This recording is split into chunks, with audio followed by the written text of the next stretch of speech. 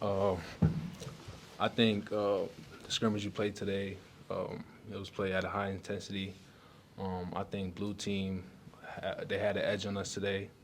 Um, they played harder than we did. They got more second chance opportunities than we did. Got more transition points.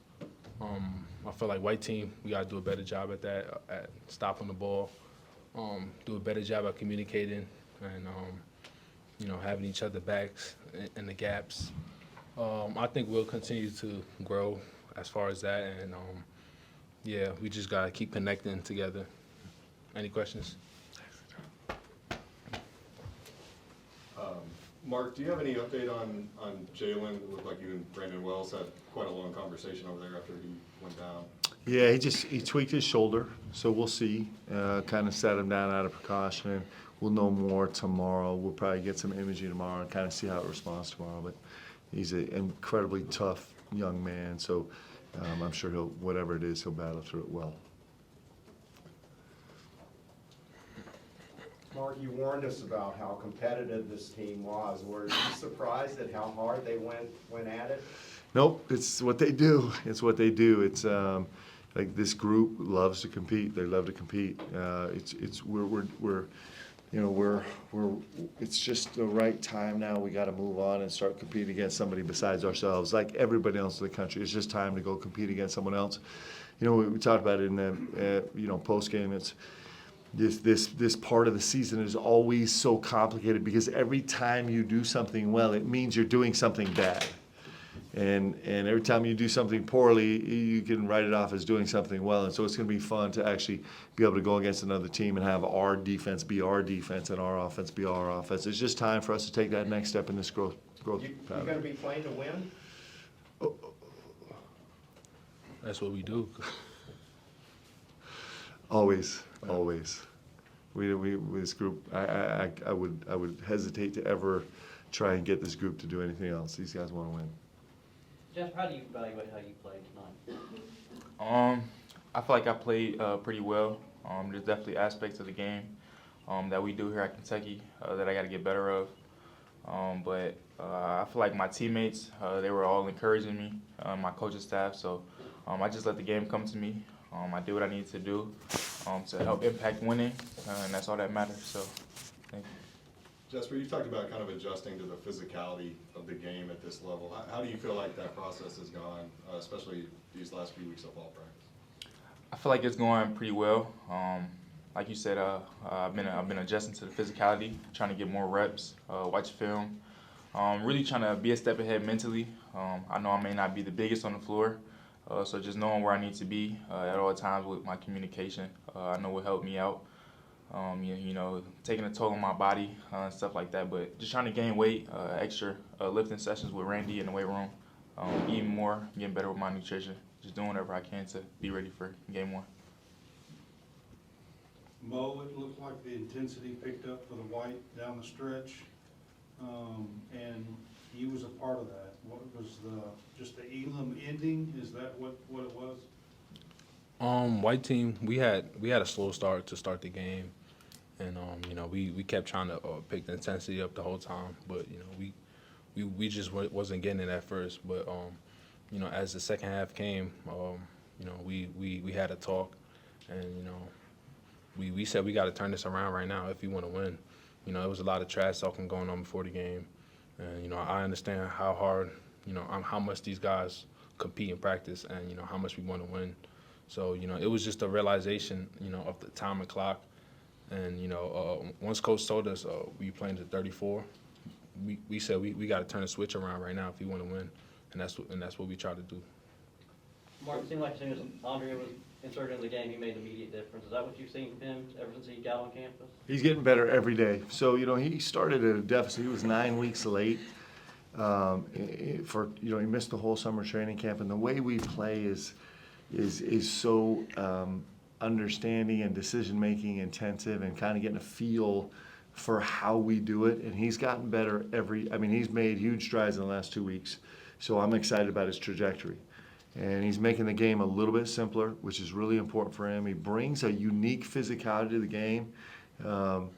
that I think can really be important for us. So we're expecting big things from Andrea. I know a lot of guys last season kind of struggled with the green light that you were giving them from three. It seems like maybe that will not be a problem with him. He puts them up pretty quickly when he was out there. Is that what you're seeing, or was this just kind of an anomaly there? It's been really hard, actually. He's had several trips to the top of the stadium and several lectures, but he's making great progress. He was not shy tonight at all.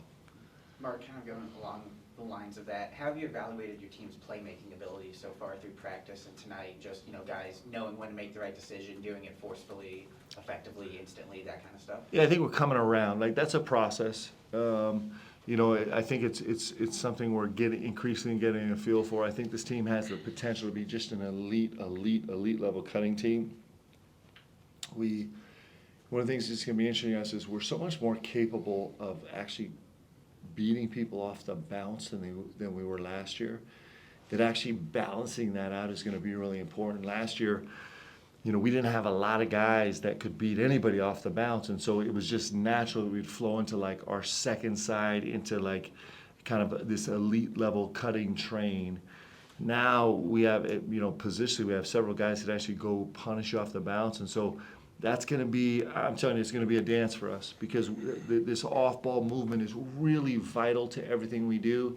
We do have a new skill set, and so integrating those together is going to be fun. It's going to be fun to figure out. Coach, you made that announcement before the game that Otay would be limited in the action that he gets on the court. What kind of went into that decision, and then what does he bring to this team when he is able to be out there? Yeah, he just is a problem on the court. He just has got this. Even tonight, he had an impact in limited minutes. He's just kind of barely starting to kind of have a feel for having some live play. He just manufactures things out of nothing. He can just shut down his defensive assignment and cause chaos on the defense end, and then like he was last year, without running a play for him, he just can manufacture buckets just in a whole myriad of different ways. And so it's going to be really fun to get him back as he works his way back into this. I think in the next 2 or 3 weeks, I think he's going to be back full speed, full time, and that's important. Clearly, he's a really important part of our team. Jasper, if Jalen is out for any extended period of time, how comfortable are you kind of stepping in and expanding your role as kind of on-ball guard? I'm very comfortable. I know he may go down, but we are a team. I know everybody's willing to step up to that role. I know he's a big part of our team right now, playing the one, being the head of our snake. So we're all still being with him through this process. We don't know much in detail of his injury, but I know me, as long as the rest of my teammates are all ready to step up and do whatever we need to do to get wins. Can you talk about the strides Trent's making? Trent, he's been one of our best guys in practice every day.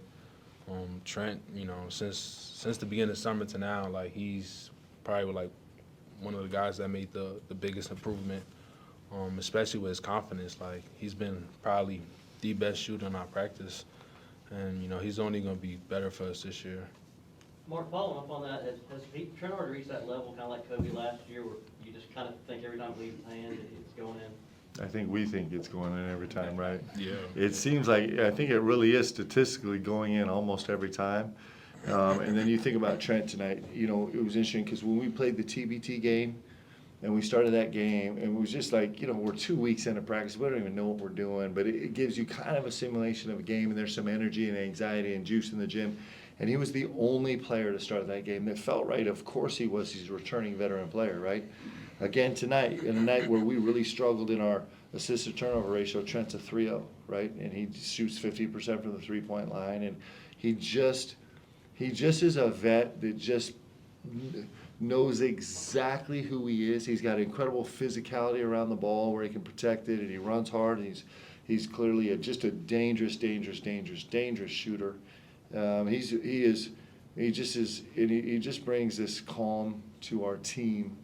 I think he's going to bail us out of situations like Kobe did last year a little bit. It's been incredible to watch him grow. It's pretty fun. Last one for Nick Israel. We've heard so much Coach talk about the competitiveness and the smack talk, and then the fans got to see it tonight. Is there one person in particular who's kind of a ringleader who triggers it with you guys? Or is it all, you're great? You want to say? I'm gonna definitely say it's a couple guys. Obviously Mo, being the physical person who will always be the first to initiate that. If maybe a shot goes up in practice, first play he might hit somebody, and then we all snap into that mode and get into it. I'll say Brandon Garrison as well, one of our returners, so he knows how things go. He's always trying to pick on me as a freshman, but he's definitely one of those guys who compete at a high level. But Denzel as well, he's a crazy one out there. He fouls, he grabs, he smacks, but he does whatever he can to win. And he definitely gets me, Jalen Lowe, Colin Chandler, all the guards better because coming from a national championship, he knows what it is to win, and he'll do whatever it takes to get that done. Mo, can you defend yourself here? Or?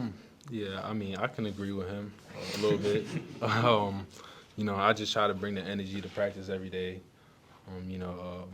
I understand how much these guys want to win, and for a guy that's played at this level before, I know what it takes to win. So I try to bring that to practice every day so we get better. All right, thanks everybody. Thanks, guys. Have a great night. Thanks.